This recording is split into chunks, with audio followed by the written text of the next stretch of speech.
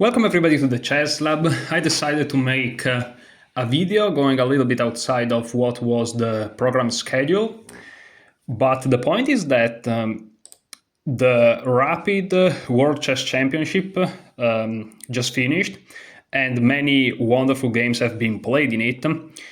And yeah, despite this tournament maybe remembered for some pens, I think that this game deserves a little bit more attention than that. And so, yeah, I kind of wanted to show you this beautiful, beautiful, beautiful game. So I haven't analyzed it or anything like that, which maybe I should have done. So I'm gonna turn on the engine right now. I don't know if you can see it, I don't think so, but I have the engine opened and I'm gonna go through it with you right now. I think you can see the results, so there is a little bit of a spoiler, but that's not the point of the video.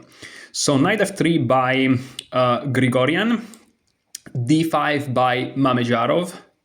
Mamedyarov needs no introduction. Grigorian, I have no idea who he is, but as you can see from the result, well, he is somebody. e3, knight to f6, and now c4. So, okay, Grigorian could play d4, perhaps, right? Going into some sort of very quiet d4 system, but he decides to play c4, which doesn't commit the pawn to d2. Now, of course, there can be easily transpositions where he plays d4 anyways, but maybe not. Sometimes they prefer to keep this pawn to d2 and just play it like that. It's just simply an approach. Mamedyarov plays d takes c4, bishop takes c4.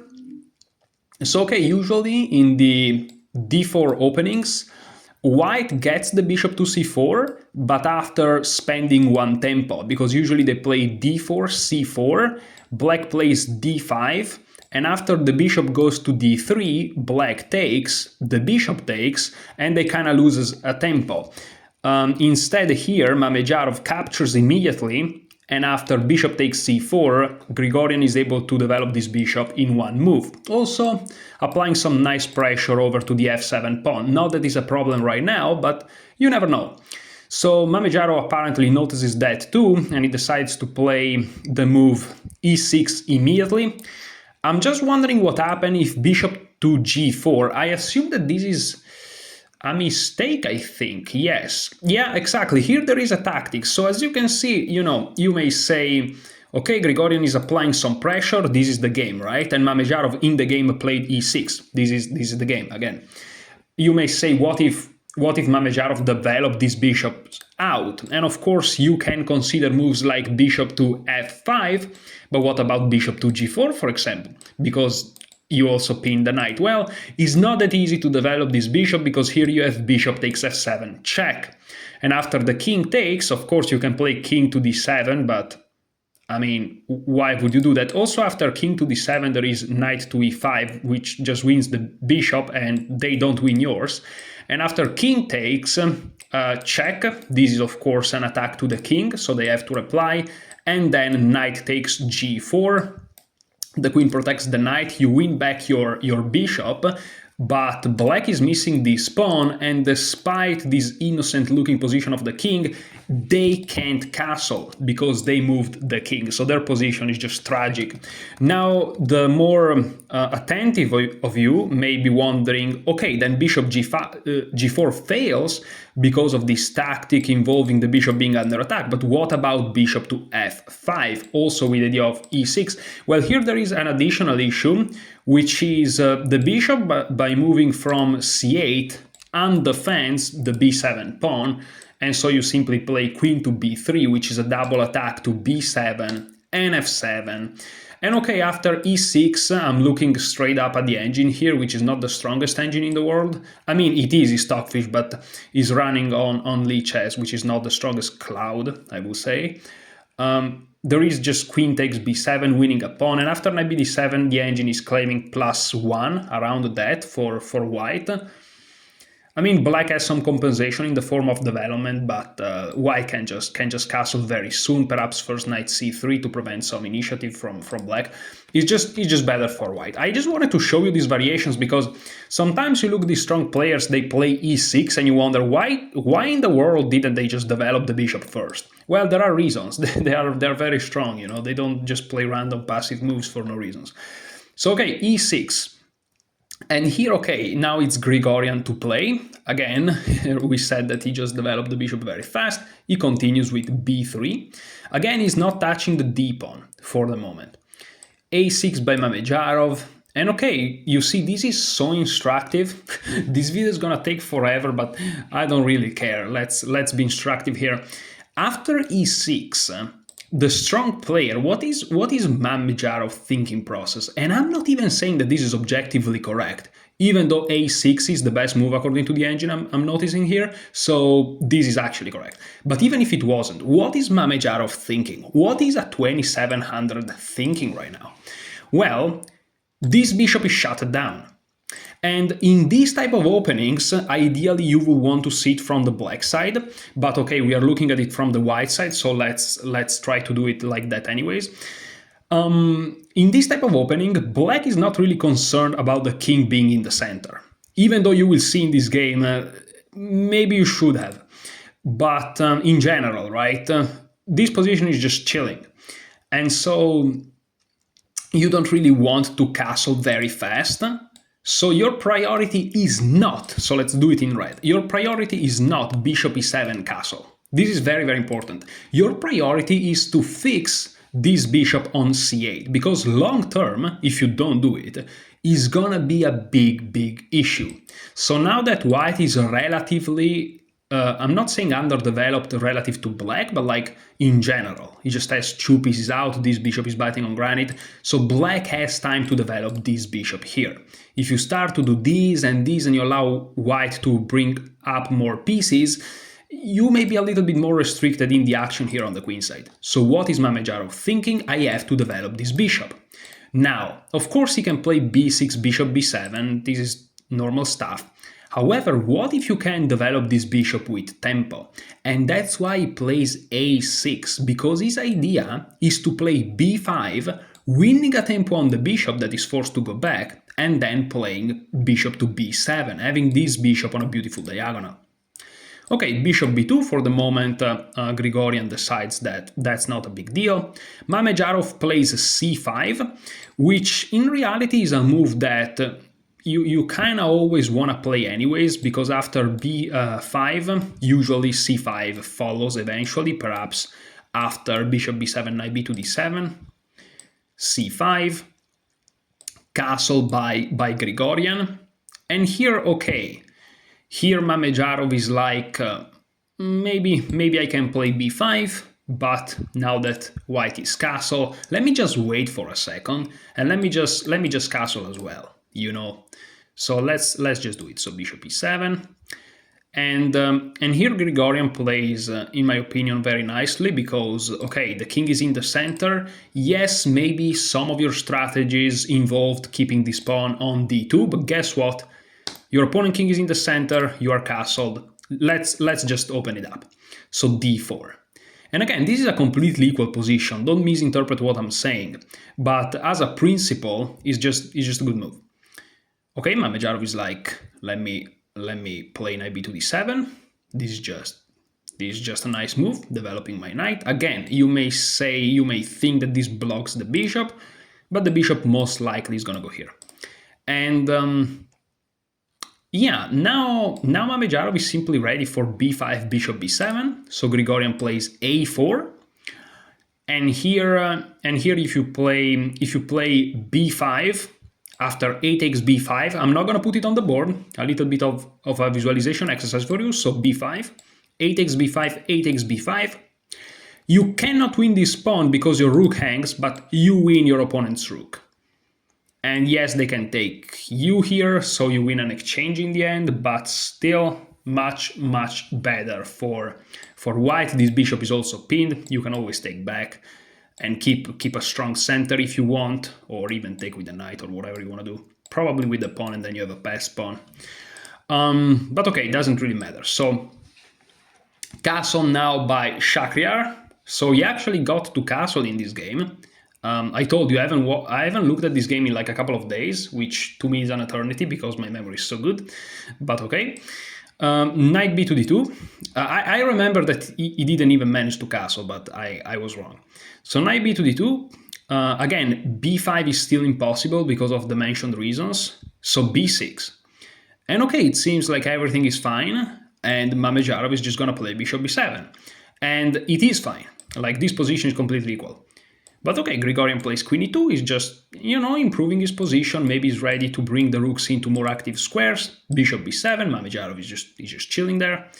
And rook f to d1, perfectly reasonable move, lining up the rook with the queen. And Mamedyarov plays queen to b8. Perhaps to the eye of the more unexperienced viewers, this is an unusual move. And to be fair, it's an unusual move also to me, and I've been playing chess for quite some years now.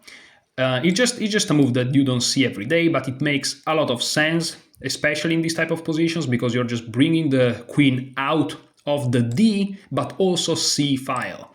Another more principled move may seem queen to c7, but after rook a to c1, if you think about it, is like, okay, I bring my rook opposed to your queen, and you put your queen here, and now you have the same problem.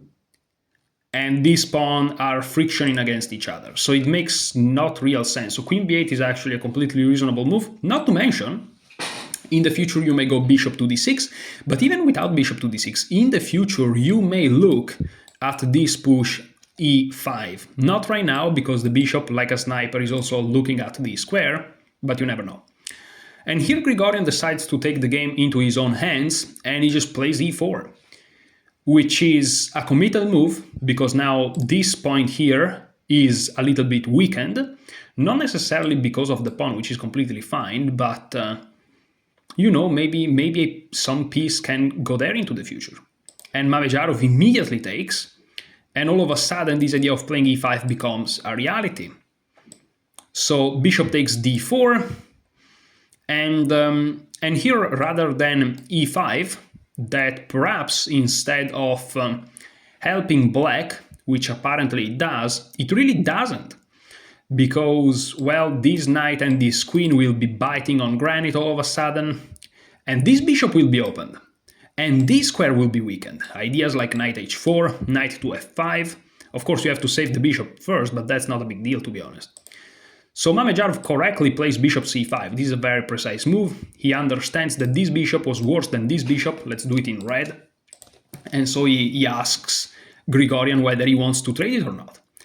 And Grigorian actually obliges. Bishop takes c5. Knight takes c5.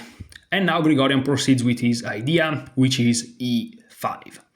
He is giving himself the control over the d6 square, so perhaps a move like knight e4, knight d6 in the future. Not now, because this square is more than enough defended, but again, you never know. Mamedyarov plays knight to d5, and I'm gonna be honest with you, you don't need me to be honest, it's quite obvious, you can also just check with an engine. Black is just slightly better here. He managed to find some good squares for his own pieces, and it's just looking alright. Rook a to c1, Grigorian is not lost by any means, it's just, slightly worse according to the engine. Humanly speaking, it's still fine. He finishes his development, putting the rook on an open file, and again, as they say these days, he is chilling. So rook to d8, Mamedyarov keeps improving his position, and here Grigorian decides to start quite an interesting maneuver. He plays knight to f1. Maybe knight to e4 was possible, but after knight takes, queen takes, a move like knight to c3 all of a sudden, I'm not so sure about. Maybe knight to c3 is wrong because of rook takes, queen here, but yeah, maybe there were other discoveries that Mamedyarov wasn't really comfortable allowing. Grigorian wasn't comfortable allowing. Grigorian is white here. So he just opened up the rook, and maybe this knight is gonna go to better places, maybe challenging this knight here. We will see. So knight f4 by Mamedyarov, and here queen to e3, keeping some pressure over to this knight. over to this diagonal. Knight to g6, of course the knight is directly under attack, so knight to g6. And now there starts to be some pressure over to this pawn, so maybe in the future even the other knight will join the party here, and it may be a problem. Not to mention bishop takes g3. Sometimes the power of the bishop, I know I know this video is super long, but I don't care. We have to be a little bit educational here. So the advantage of the bishop sometimes, being a long-range piece rather than the knight, is that you have the power to decide when to trade. Like this knight cannot just randomly trade for this bishop. However, this bishop can do that. And so that's an advantage you have. You don't have to use it, but it's something you have, your opponent doesn't. And so here black can always, when he so desires, take on f3, and all of a sudden this pawn lacks defenders. And also, if you take with a pawn, you ruin your structure, and if you take with a queen, well, you're really gonna hang this pawn with tempi. So Grigorian needs to win some tempi himself. He plays rook takes d8 check, queen takes d8, and now he plays knight to d4. And again, let me tell you, here the engine is really favoring Mamedyarov at the moment. Thanks to these trading pieces stuff, he managed to not hang the pawn, but if you notice, the last moves by Grigorian are not happy moves. Like, the reason he takes this rook is not because he wants to get rid of his opponent rook on the open file, not really, because after queen takes d8, you're allowing black to kinda reassemble his pieces in a more active formation. The point is that he wants to distract the queen. And here black is still threatening to take, and if he takes, this hangs, and so the only thing he could do is to take like that, but that's very, very ugly. And that's why he moves the knight. So the last two moves by Grigorian are basically ways to avoid losing this pawn, which is never a good sign, really. So here rook to c8, again the engine is loving Mamedyarov. He's not winning, but he's like minus 0.5, like black is comfortably slightly better. But even humanly speaking, you can see there is some pressure, the bishop is open, this knight is looking good. So Grigorian needs to come up with something, and he does. He just strikes with f4. A mistake, now the evaluation dropped to minus 1.7. So Mamedyarov is winning. Perhaps, I don't know if engines will hold or engine will win, but Mamedyarov is much better, let's say. Let's be a little bit diplomatic. Mamedyarov is much better, and Grigorian, I think he knows it, but the move f4, which of course compromises the position of the king and really of all white pieces, Grigorian is going for desperation counterplay, basically. Again, this is not a classical game, it's a rapid game. You can see the time, I think. So it's an interesting idea. Mamedyarov immediately finding the right move with knight h4, looking at this beautiful square. And not only looking at this beautiful square, but now there is straight up a deadly attack on the g2 pawn. And not only the g2 pawn, but also the g2 square. And here Grigorian again decides to go for the counter-attacking approach. He doesn't care about this pawn, and he crazily plays rook to d1, which sets up some crazy discoveries, even though the rook would be hanging after those discoveries. And there is attack here too. So yeah, the position is wild, is really wild.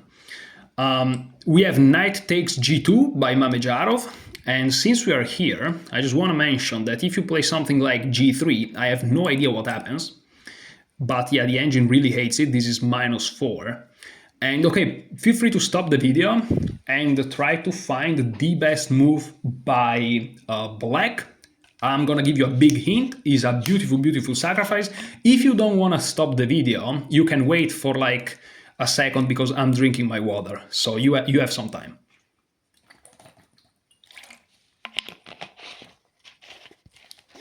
Okay, I finished to drink my water.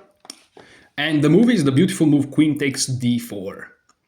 And this is, I don't know if you call it a deflection or whatever you call it, but after queen takes d4, there is knight f3 check. And you pick up the queen, and in the end of the day, you're up a full piece. Now, funnily enough, here the best move is to take here, because the queen is defended, and you just basically traded pieces. However, here there is another absolutely crazy move. This is truly, truly crazy. First of all, and this is very educational in my opinion, queen d7, and black is clearly better, because you leave white with this completely destroyed pawn structure. However, if you want to be very, very clinical, there is knight takes b3.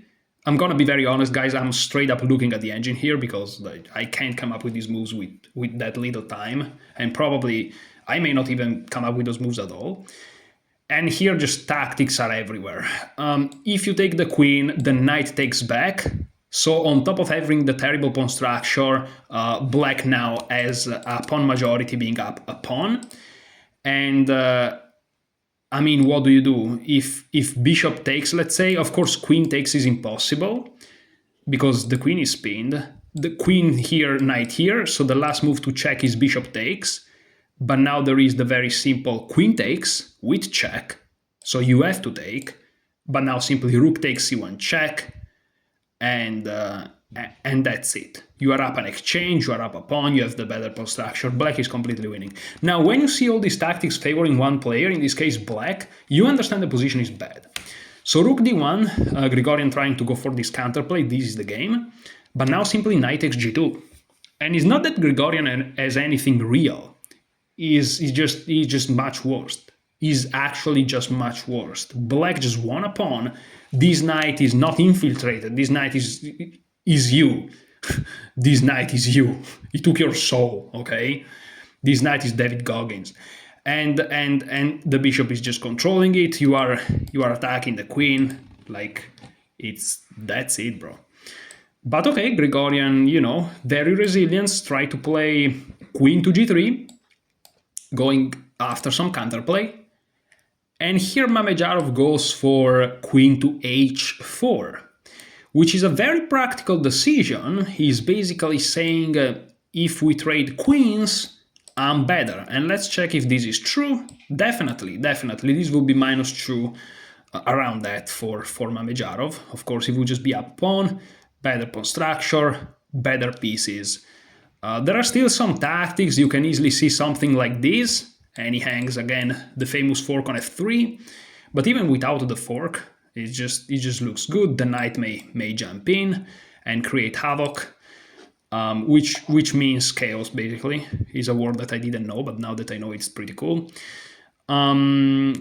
It's also a common word in chessable courses, so havoc. But Grigorian is not here for just settle for just a defeat. He plays f5. Now, truth be told, queen h4 is not as precise. The engine thinks that since there is this going on, the engine is like, you have no problem with the knight, because the queen and the king are terrible attackers, and the bishop is more than enough to defend. Just play queen e7, bro, and you are good.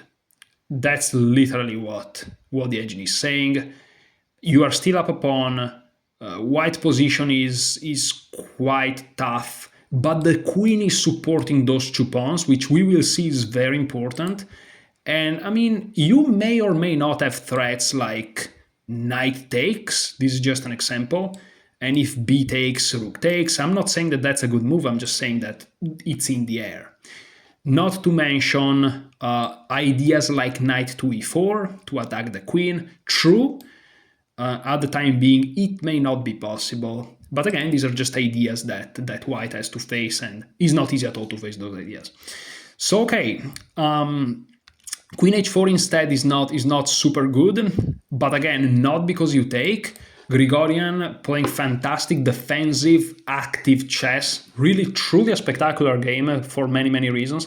He plays f5. Beautiful, beautiful game. He's identifying that black's main problem is this, and he's just pointing everything towards it. This is like a masterclass in defensive chess, but not those defensive passive chess, but defensive active chess. Really, really beautiful. And here Mamedyarov kind of feels something is off, and so he plays queen h5. When I say he feels something is off, this guy is a super strong player. He may have calculated 10 moves in many different lines. But, if he takes, then this is a little bit of a weird position. But after h takes g3, this knight is actually trapped. Not that he's under attack right now, but he can't get out, thanks to the pawn that now is here. So taking the queen and allowing the pawn here to restrict this knight is actually extremely dangerous. And if we count the pawns, black is technically up a pawn and with a better structure. But again, the fact that this knight is so restricted, the engine thinks that all of a sudden white is doing better, and probably black has to do some convolution to just save the knight. So Mamedyarov understands this, and he plays queen h5. Now, queen h5 is not simply a retreating move. It's also an attacking move. It's hitting the rook on d1. So there are many things going on. The position is very complex. Feel free to just stop the video and just stare at the position for a while to make it sink into your brain. I wouldn't do it personally because I'm too obsessed by the game and I want to see how it ends, but feel free to do so. It's probably more educational for you. And Grigorian just keeps going. He plays f takes c6. He just goes for it. And he just sacrifices the rook. Yeah. And you probably expect me now to go through the variation queen takes d1 and, e takes f7 check. That, of course, didn't happen in the game because beautiful variations never happen in games. However, queen takes d1 was played in the game. The cool, exciting, crazy variation happened. And that's got to be our main line. And you know why? Because it's the only move. There is no much else you can do because, I'm just gonna take everything and push, and I'm gonna have 2 pawns on the 7th rank, my friend. You have to do something active, and he takes. This is not just taking. This is also hitting the knight with check. And after the king moves, this knight moves, and is basically checkmate. So, this is not just taking a rook. So as you can see, even taking a rook in such positions is not just taking a rook. These players are really thinking ahead. But okay, Grigorian has time to play e takes f7 check. This comes with tempo, so black has to react. And he plays king to f8. Now you're probably wondering, why not king h8? This looks so much safer. But yeah, here some crazy lines happen. We said that this knight is under attack, right? With check. What if you move it, saving the knight, defending from check, and threatening checkmate yourself, counting on the fact that rook g8 is impossible? And this is mating 10 for white. I'm not gonna go into the crazy variations. I just want to mention that the best move here for black is queen to d4 check, giving up the queen. And then playing knight f4 for some reason, giving up the knight, and these are literally the best moves. If you play something like g6, let's go through this.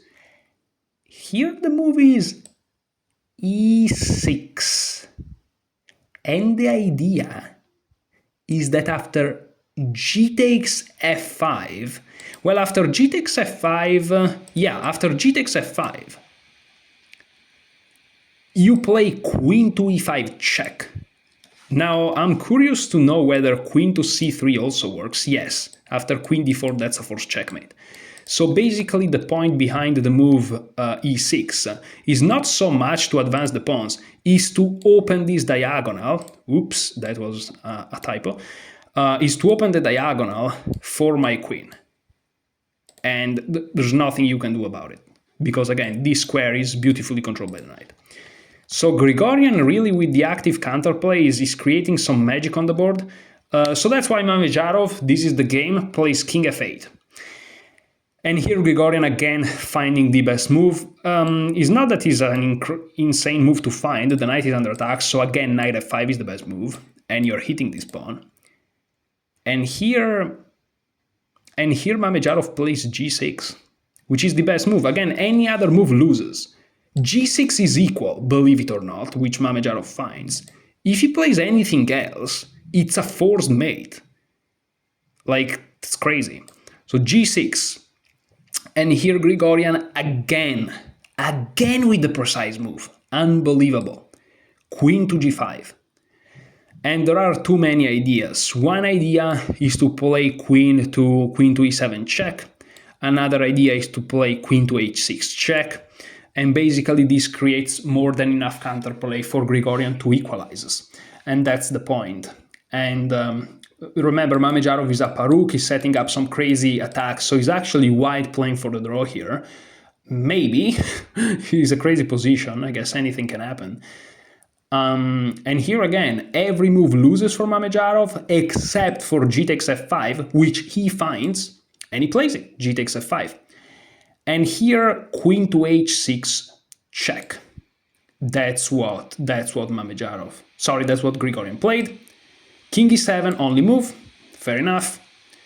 Queen to f6 check. And this is where it happens. Here Mamedyarov has to play king to f8.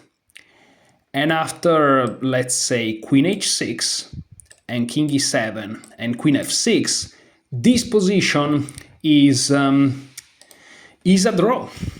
Believe it or not, after all this madness, this will just be a draw. However, Mamedyarov here, for some reasons that I can't really explain to myself, and I was watching live the commentary, and the commentators, they couldn't explain it to themselves either.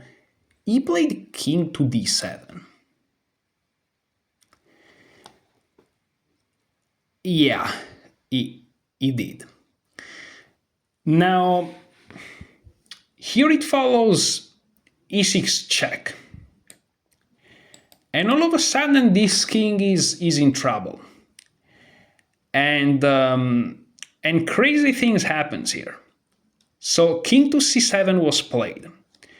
If you go in other places, for example, where can you go? You can go to c6.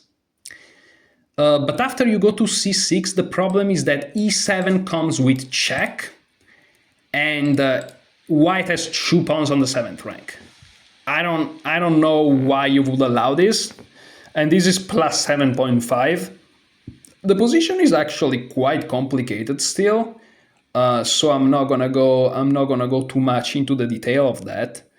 But for example, after you play king to c7, oh yeah, no, that's actually the line that I wanted to show you. Okay, here we are. So this is why, I know this is a little bit anticlimactic, but this is why I wanted to show you this game. This is the moment. I should have analyzed the game before, but I was too eager to make the video. Sorry. So, okay, in the game e6 was played and king c7 was played into the game. King c6, very important. Here it follows e7, king c7 only now, and here there is a beautiful, beautiful, beautiful combination. The combination is queen to e5 check. And here, if you go to c6, I'm just gonna promote to a queen with check. You have to basically give up this rook, but then I promote again and you get checkmated, straight up. However, here it seems that the move queen to d6 saves everything. Because, well, you can take, right? But then I have quite a lot of bit of counterplay. You may argue that pushing these pawns is still winning in the end, but you know, black has his own counterplay. However, here you can end the game with a spectacular sequence of moves. And ladies and gentlemen, I have never seen this before. I know that you're used to YouTubers saying clickbaity things. I have never seen a double knight promotion. You heard me. Double knight promotion. You play e8 equals knight. And you have to take, because otherwise you're just going to win the queen straight up. So you have to take. And here again, you promote back to another knight. I mean, this is so beautiful. And I genuinely have never seen a double knight promotion ever. I don't think I've never seen it in like puzzles or composition either. I'm sure they exist, but in, let's say, in nature, I have never ever seen, whether it was played in the game or a line, because this is just a variation. But like, I've never seen it even in a variation. This is so beautiful. This is like a double knight promotion. And you can win in other ways. Like, for example, here you can promote to a queen and you're winning, but promoting to a knight is the objective best move, which makes it really beautiful. It's not just pure, visual. No. Is the best move. This is the best move, and this is the best move. And here, of course, black has to resign, because as soon as you move the king, doesn't really matter where, white is just gonna take, and that's GG's. Like, amazing. So hopefully you enjoyed this. It's truly beautiful. However, this is not how the game went. After the move e6, black played king to c7, again for obvious reasons. Going to the square d6, I think that it just transposes after e7 check. King to c7 transposes. Now, if you try king to d7, here the engine is simply giving f8 equals queen, and if rook takes, e8 equals queen again, and that's just GG's. But hopefully you really enjoyed the variation with the double knight promotion. I thought it was really, really beautiful. But okay, king c7 was played by Mamedyarov. This is the actual game, and here e7. So we basically saw this position with white to move. That's why king c7 immediately is superior. And here queen e5 was played, queen d6, and there is the double knight promotion. But here is black to move, so Mamedyarov is improving on that variation and is desperately trying to do something. And he found the best move. Props to him. He played knight to d7. The point is, this attacks the queen. You have to be very, very active. If you play something like king to b8, again, it seems like you're saving yourself, but remember, white doesn't have a pawn on the 7th rank. He has 2. And so he can just promote, both pawns are completely winning. The engine prefers f8 equals queen, but both are winning. And that's just winning. It may sound anticlimactic, but promoting to a queen and being up a queen is just winning. So knight d7 was played, saying, okay, if you promote to a queen, at least I'm getting yours, and then you can't really make a second queen on the board. You can't have 2 queens at the same time. But Grigoryan plays a fantastic move. This game is so beautiful. It's so beautiful. He plays queen to c3. I love this move. It's such a beautiful move, because here you are gonna make a queen, meaning these 2 pawns are gonna convert to a full queen, because the rook will have to give it away. So it's super important. All you have to do to win is to just move the queen. And not only Grigoryan understands this, with not even 3 minutes on the clock, but he finds a retreating move, which sets up a discover attack, meaning it gains tempo, because you are setting up attacks like this, attacks like this. It's just such a beautiful move. Such a beautiful move. Unreal, bro. And okay, here Mamedyarov is forced to play king b8. He needs to get out of the discovery. But here Grigoryan simply promotes. He simply plays, okay, now f8 equals queen doesn't work, because you give away the knight and then you don't have 2 queens on the board. But after e8 equals queen, which he of course finds, he has 2 queens on the board. And if you take, you will still have 2 queens on the board as white, plus black doesn't even have the rook. So you would be completely winning. So black cannot take this. But what do you do then? Well, this is +4 now, and white is completely winning. He tries knight to f4. This is an interesting try, maybe setting up some nastinesses. He's actually setting up knight h3 checkmate if it wasn't for the queen. So if this queen is forced to move, like if you move to h8, for example, if you play, let's say, queen h8, trying to be impressive, oh, I have 2 queens, I'm about to make 3, look how cool I am, and knight h3 is straight up checkmate. Like, this position is wild, the tactics are everywhere. However, Grigoryan keeps composure. he plays queen c to e3. The fact that you have to specify which queen goes to e3 is crazy, meaning you have two queens on the board, which is very unusual. I'm not sure if the engine really likes this. I think that queen g3 was better, because you're basically having the same ideas to attack the knight like when you went to e3, but the knight is also pinned.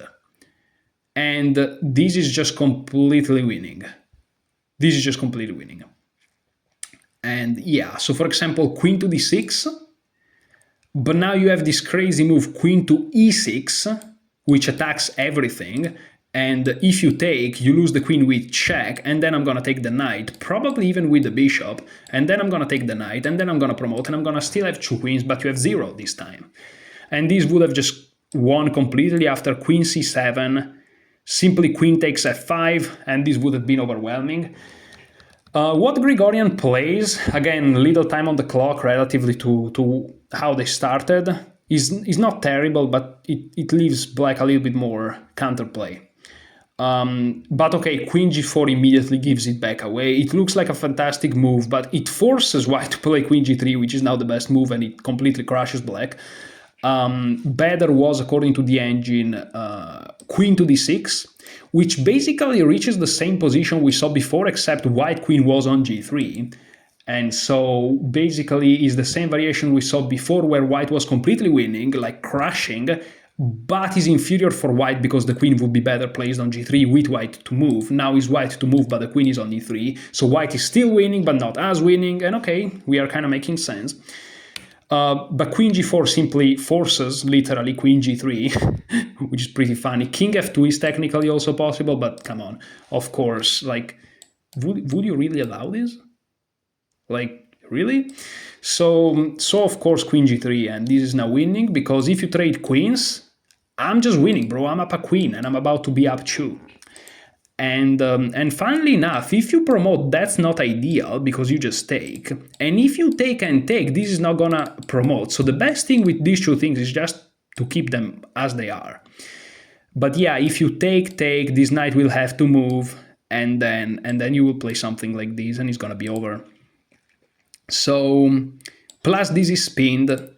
So Mamedyarov tries king to a7, but now queen takes g4. Again, trading the queens is just completely crashing for Grigorian. And after f takes g4, knight to e3, improving the position of the knight that was just randomly on f1. Now this is under attack. You are about to come here and here, perhaps here and here. And not to mention, this is hanging. Why wasn't it taken? Oh, I know why. If you take this, knight h3 is still checkmate. Don't forget about this. So you have to play knight e3, not only to like improving this knight, but now knight h3, you have this square f1. This is insane. So okay, here Mamedyarov tries knight to f8, saying that if you take, I just take, and then all of a sudden I'm a rook. But here Grigorian simply play knight takes g4, and you know, Mamedyarov has 30 seconds, as you can see. Grigorian has 2 minutes and 30 seconds. I mean, he's just up a queen, and there's nothing more to be done. And so Mamedyarov decided to resign the game. Again, a beautiful, beautiful, beautiful game for many, many, many reasons. Both players played a crazy game. Grigorian just had the better in the end. Again, after king d7 and e6, king c7 is the best move. If you go to c6, you are basically giving white one more tempo, and after the check, preventing the king from retreating, you have this apparently saving move, queen d6, which allows one of the most beautiful sequences I've ever seen, which is just a double knight promotion to the win. Thank you so much for watching. Enjoy your chess.